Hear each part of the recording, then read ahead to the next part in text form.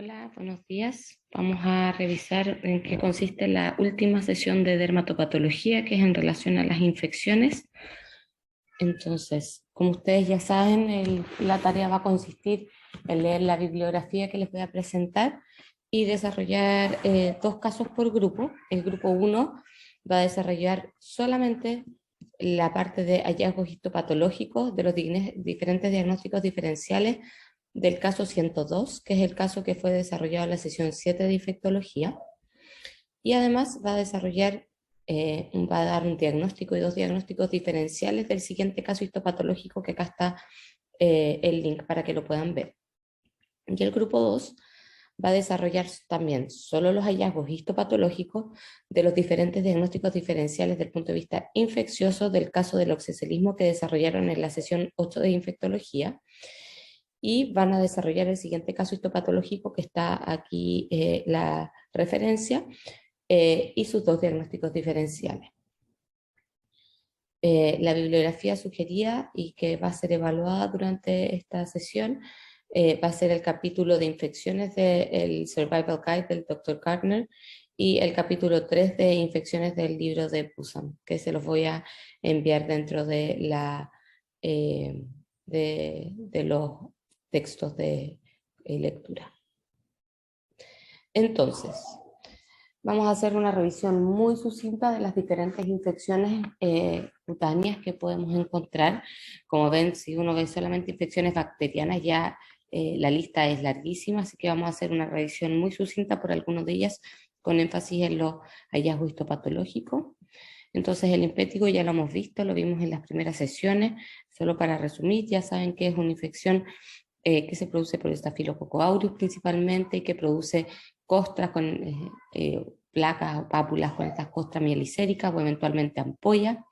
Y lo que uno puede ver en la histopatología, lo principal va a ser en el fondo estas ampollas subcórneas que están rellenas de neutrófilos.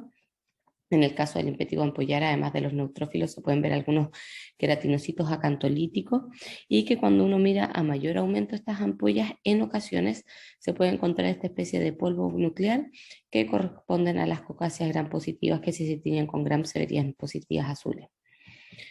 El síndrome de piel escaldada, presente principalmente en niños y en adultos mayores, sobre todo con enfermedades renales, que a la histopatología se observa principalmente como una acantolisis subcórnea. Muchas veces incluso este estrato córneo se desprende y se pierde, y uno lo único que ve son estos queratinocitos flotando acantolíticos. Se pueden ver, a veces se pudiera ver algo de polímorfos nucleares, pero en verdad que el infiltrado es mínimo, y a diferencia del limpético, como esta es una respuesta producida a la toxina del estafilococo, no, si uno hace un gram, esto en piel, las lesiones resultan, de las lesiones ampollares por lo menos, resultan negativas.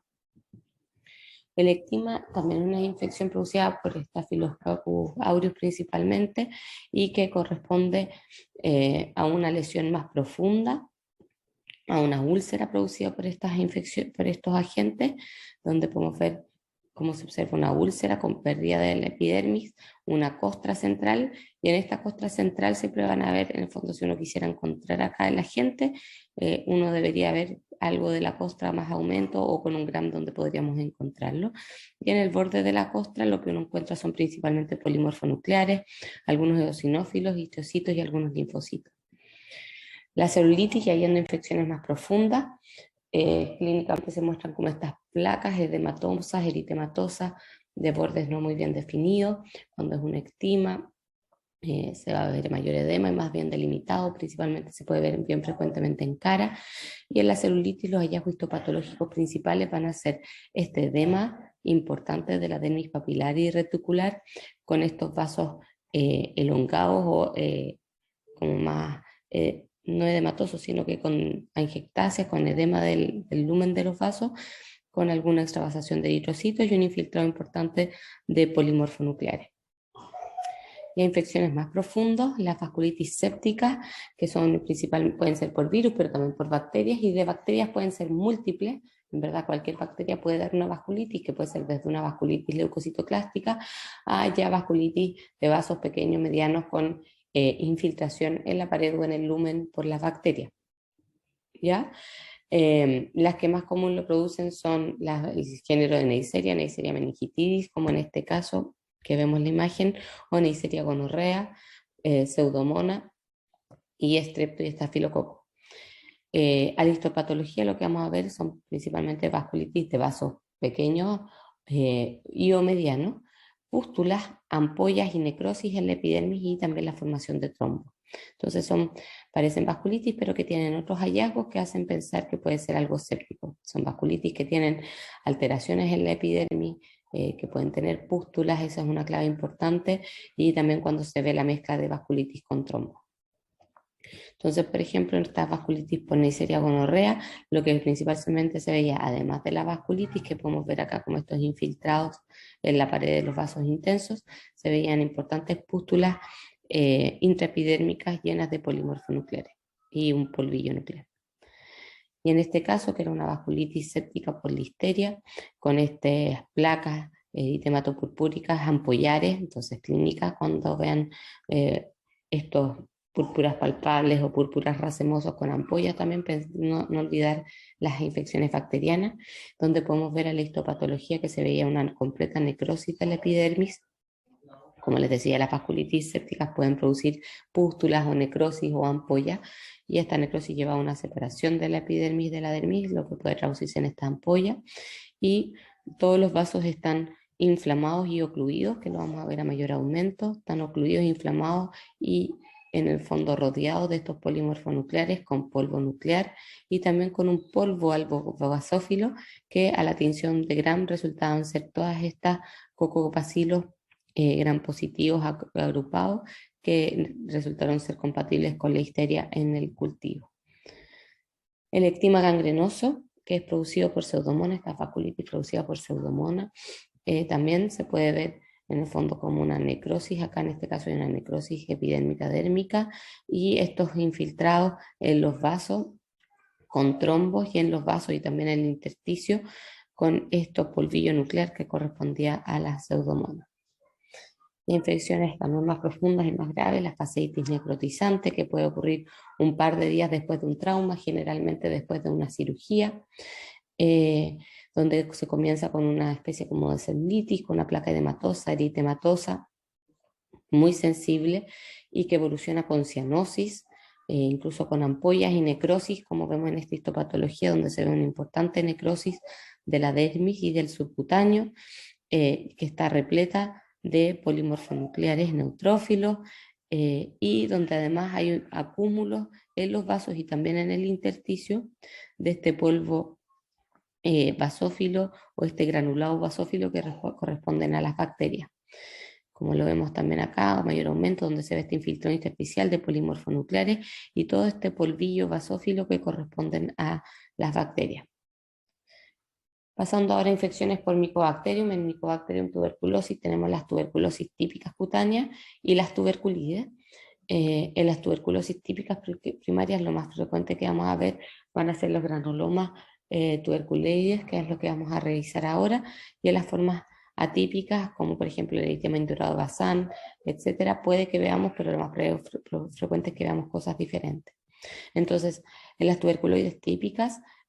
uno debiera encontrar, no siempre, pero lo que uno espera encontrar son estos granulomas tuberculoides, que son estos granulomas que tienen una necrosis calcificante central, como vemos acá, donde se pierde toda la estructura, se ve esta zona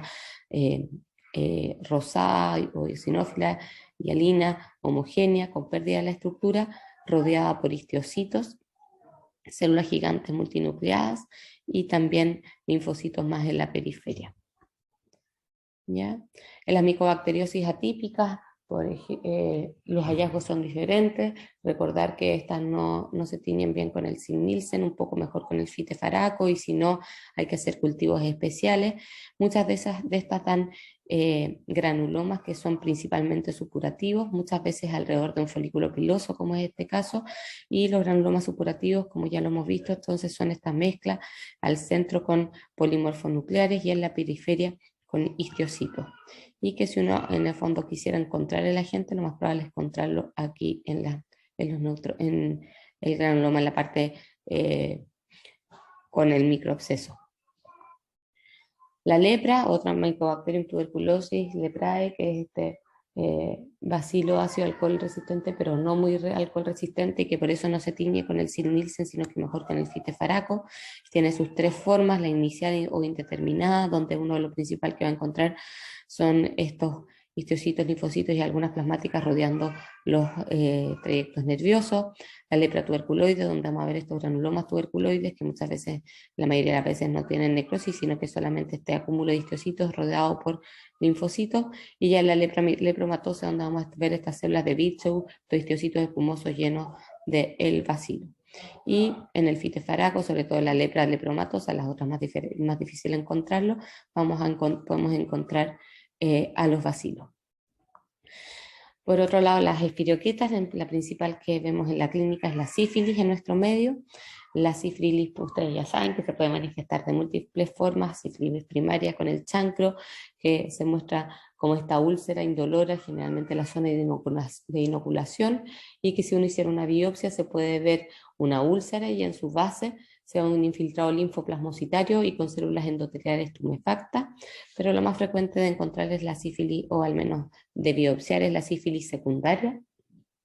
que es la gran imitadora no solamente en la clínica, sino también en la histopatología, porque puede dar múltiples patrones y patrones mixtos, liquenoides psoriasiformes, solamente espongiótico, granulomatoso, o un infiltrado perivascular y perianexial superficial y profundo, como vemos en esta imagen. Cuando da este patrón liquenoide importante, o una clave es, bueno, por un lado la presencia de células plasmáticas, y también que en general la diferencia, por ejemplo, un líquen plano no va a formar cuerpos apoptóticos, y que cuando uno va a ver este infiltrado, va a ser un infiltrado muchas veces, en un tercio de los casos, rico en células plasmáticas y con y con endotelios tumefactos. Cuando uno realiza la inmunohistoquímica, puede encontrar estas espiroquetas, ya sea en la epidermis, que es lo más frecuente en la sífilis primaria, o en la dermis.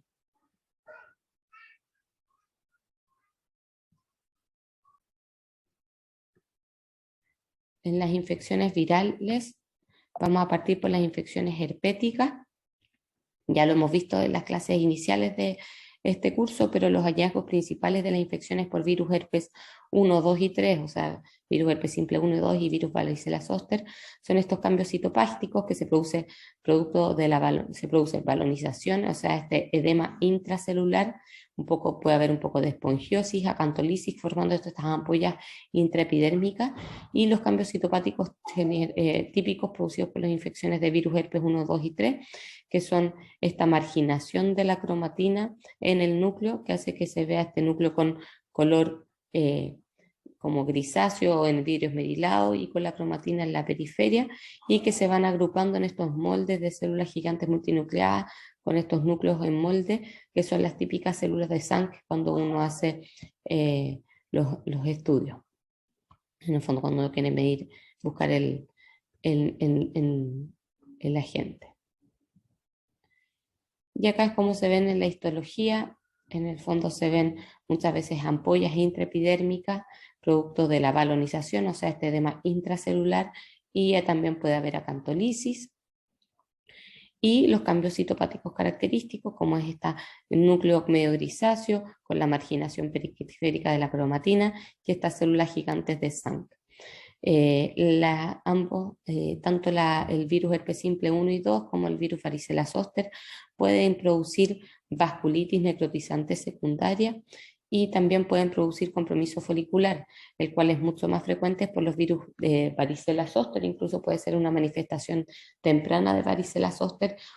esta foliculitis o infección por el virus varicela desde el folículo o desde la glándula sebácea, y después irse hacia la piel. Otra infección por herpes virus es el virus del citomegalovirus, que en general puede producir la mayoría de las veces infecciones asintomáticas, pero también puede producir este rash en el síndrome mononucleósico, o estas úlceras recurrentes, persistentes, perianales o genitales, sobre todo en pacientes inmunosuprimidos, y que cuando uno tiene la duda toma estas biopsias y aparece esta hiperplasia pseudoepiteliomatosa y un infiltrado perivascular, donde lo característico es observar estas células que se llaman células en ojo de búho, que son producidos por estos cambios citopáticos del citomegalovirus, que puede producirse tanto en las células endoteliales como también en los fibroblastos de la dermis. Y uno lo que puede observar lo característico de estas células en ojo de búho son estas inclusiones eosinófilas intranucleares grandes con un cierto halo periférico, y además en el citoplasma también hay inclusiones nucleares, pero que son más basófilas, granulares, no bien como agrupadas, y no bien definidas en el citoplasma. Pasando a las infecciones por virus papiloma humano, las verrugas, acá tenemos una verruga clásica, donde lo que uno observa en la histopatología es esta importante papilomatosis con hiperkeratosis y donde en las puntas de las papilas generalmente hay parakeratosis.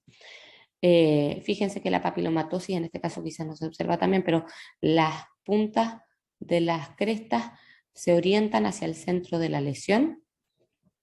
y cuando uno va a mirar a más aumento en estas papilas, uno ve en la punta, en el fondo del estrato córneo, que hay o sea, hay hiperkeratosis, y en la zona interpapilar, por así decirlo, entre cada papila dérmica, uno ve que hay una hipergranulosis con unos cambios citopáticos especiales, que son los coilocitos, que son donde se observa estos núcleos como achicados, pequeños, como si fueran pasas rodeados de un halo nuclear. Eso es lo típico de los coilocitos, característicos de las verrugas. Lo vamos a ver aquí a mayor aumento, se ven estos núcleos, o sea, además de que hay hipergranulosis, se observan estos núcleos como achurroscados, como si fueran pasas, y con este halo perinuclear asociado a hipergranulosis. Eso es típico de las verrugas. Acá tenemos un ejemplo de una verruga plana, donde los hallazgos son un poco diferentes. Muchas veces no hay hiperkeratosis ni parakeratosis, tampoco hay papilomatosis, sino que se ve una epidermis un poco más acantósica, con un estrato córneo que puede ser ortoqueratósico, pero muchas veces esa ortoqueratosis es como en cesta, pero un poco mayor de lo normal o de lo habitual para la zona. Y lo característico es que en el estrato granuloso y espinoso alto se ven estos cambios citopásticos que se les llama como enojo de ave, donde se observa en el fondo que hay este halo perinuclear,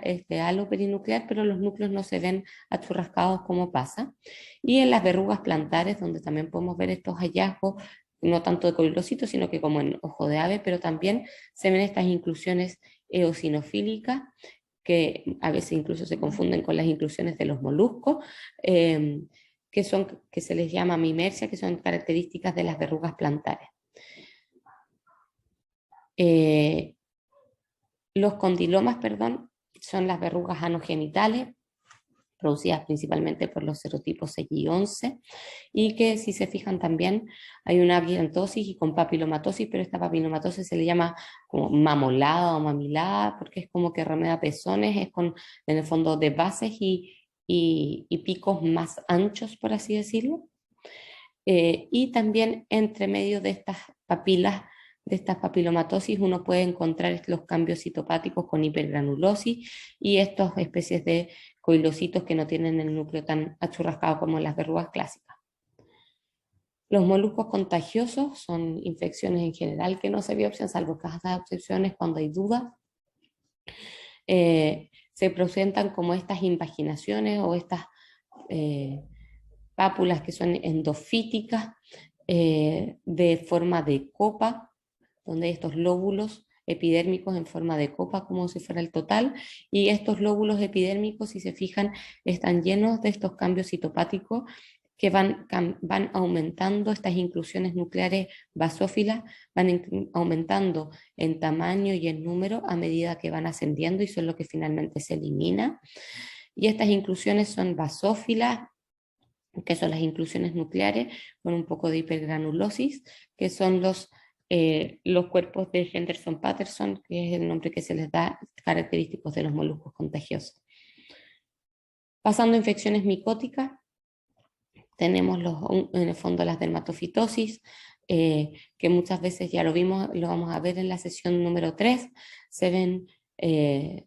pueden sospechar cuando hay una epidermis con una ortoqueratosis compacta o una ortoqueratosis en cesta abundante, como en este caso, donde se ven pocos cambios epidérmicos, pero sí hay una ortoqueratosis en cesta, y que cuando uno va a mirar a mayor aumento se observan estas levaduras y algunas hifas.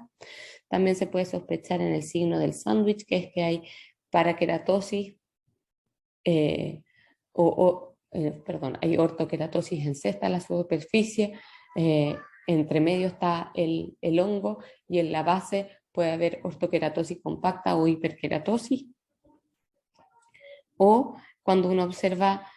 polimorfonucleares en el estrato córneo, son allá signos en donde hay que ir a buscar con un PAS y con alta magnitud, ver si es que uno encuentra, por ejemplo, en este caso, hifas, como vemos acá, que en general las hifas en las dermatofitosis tienden a disponerse de forma paralela. Se dice que las levaduras se tienden a disponer en forma perpendicular a la piel, y en las infecciones por malacesia, por ejemplo, la pitiriasis versicolor, se pueden ver estas mismas hifas y levaduras, pero en general se van a ver de un color más morado con la HE convencional. En cambio, las dermatofitosis, como son más eosinófilas, cuesta verlas un poco más con el HE, y por eso es mejor verlas con el PAS. Las tinea capitis, que pueden tener infección, en el fondo puede ser una infección alrededor del folículo o en el folículo, como vemos en este caso, donde se ven levaduras, y también hifas que se pueden ver mucho mejor con el GMS o IEMSA. Micosis subcutáneas son micosis con compromiso subcutáneo siempre. Algunos ejemplos: la cromoblastomicosis, la esporotricosis y la logomicosis. La esporotricosis generalmente después de algún trauma con un agente vegetal, puede ser una astilla o una espina de rosa, y se presenta como un nódulo que posteriormente se ulcera y que se disemina vía linfática, dando este patrón esporotricoide. A la histopatología, lo que puede ver muchas veces es esta hiperplasia pseudoepiteliomatosa con un infiltrado intenso de polimorfonucleares, linfocitos, y que además genera muchas veces estas especies como de microabscesos intraepidérmicos, que ahí es donde uno puede encontrar el agente,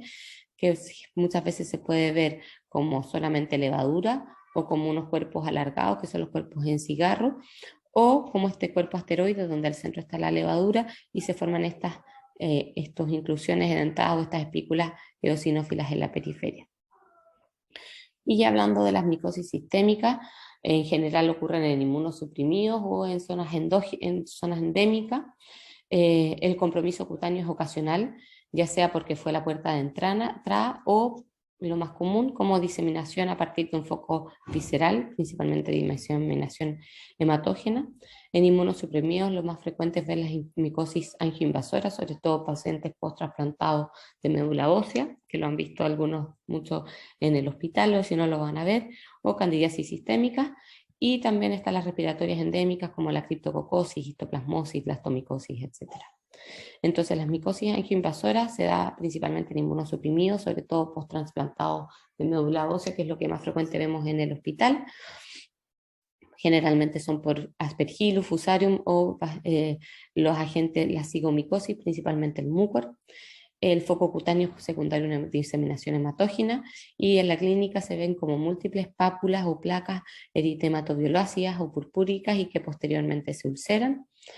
A la histopatología lo que vamos a ver una necrosis importante de la dermis, epidermis y también de los conductos ecrinos. Trombos hialinos, que en esos trombos podemos encontrar estas hifas en los vasos. Generalmente no hay vasculitis, sí hay hemorragia, y además se pueden ver estas hifas no solamente en los vasos, sino que también en la dermis invadiendo, que pueden ser anguladas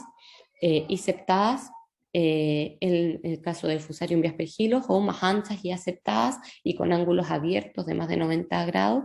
en las especies de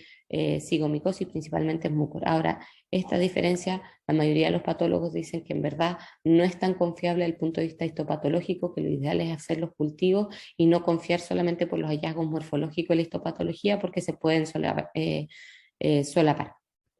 Entonces aquí podemos ver un caso de una infección por una micosis angioinvasora, donde podemos ver que hay una completa necrosis. Fíjense cómo se ve rosado por pérdida de los núcleos y sin la forma característica en la epidermis y también en la dermis. En pacientes inmunosuprimidos va a haber muy poco infiltrado, por eso es que no se ve solamente esta dermis como rosada y con estos focos más fucsia, por así decirlo, que son focos de hemorragia. También podemos ver esta necrosis en los conductos ecrinos, como vemos acá, y estos trombos que están formados por glóbulos rojos y también por trombos hialinos, y que cuando vamos a ver a mayor aumento estos trombos, podemos encontrar en el interior este material donde podemos ver estas hifas, que en este caso son hifas anchas, sin septos y de ángulo abierto, que corresponderían a variantes de cigomicosis, como un mucor, por ejemplo, que se les describe hifas como en roseta o como un pinche, y en cambio estas hifas que son más finas, septadas y con ángulos estrechos como de aspergillus o fusarium. Pero como les decía, estos hallazgos morfológicos de las hifas no son suficientes para establecer el diagnóstico si es por mucor o es por mucor, por ejemplo, o es por fusarium o por aspergillus. Las criptococosis los criptococos se contagian principalmente por inhalación de excremento de palomas en murciélagos, se puede dar en zonas endémicas, pero en nuestro medio sobre todo en pacientes inmunosuprimidos, parte con este compromiso pulmonar o eventualmente sistema nervioso central, y después se puede ir a la piel, generalmente con este aspecto clínico como de pápulas pseudomoluscoides, que es bien frecuente el compromiso generalizado, sobre todo en cara, y a la histopatología uno lo que observa es este infiltrado que se ve lleno de espacios, algunos incluso piensan que puede ser algo como santomatoso o lipídico o que sea como incluso neoplasias como un carcinoma sebáceo en la histología, pero cuando uno va a ver a mayor aumento, observa que en estos espacios está llenos de estas levaduras y estos espacios están formados por la cápsula de mucopolisacario que tiene el criptococo, que es muy muy grande y que da estos espacios. Ya pasando a infecciones por protozoos, la leishmaniasis, que se genera en general en zonas endémicas, en Brasil, en Medio Oriente, producto de la infección después de la inoculación por la mosca de la arena. Y bueno, ustedes ya saben la clínica o la van a ir viendo, pues la leishmania del viejo mundo, el nuevo mundo, que se puede manifestar solamente con compromiso cutáneo, con compromiso mucocutáneo o compromiso visceral, que va a depender del tipo de leishmania que infecte y de la respuesta inmunológica del huésped. Lo clásico en la primoinfección es en el sitio de infecciones, estas pápulas o nódulos que se ulceran,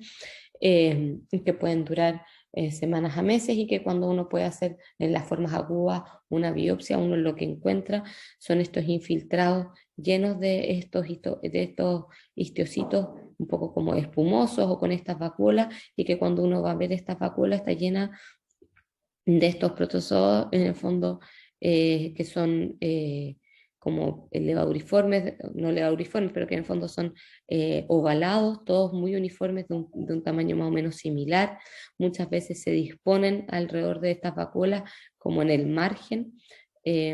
como vemos acá mayor aumento, y a diferencia de otras infecciones, por ejemplo, micosis profundas, que también dan este aspecto de de levadura o aspectos como ovalados uniformes, como por ejemplo la histoplasmosis. En la leishmania lo característico es que tienen esta inclusión intranuclear, que es el kinetoplasto, que muchas veces cuesta encontrarlo, pero que si se encuentra es bastante característico.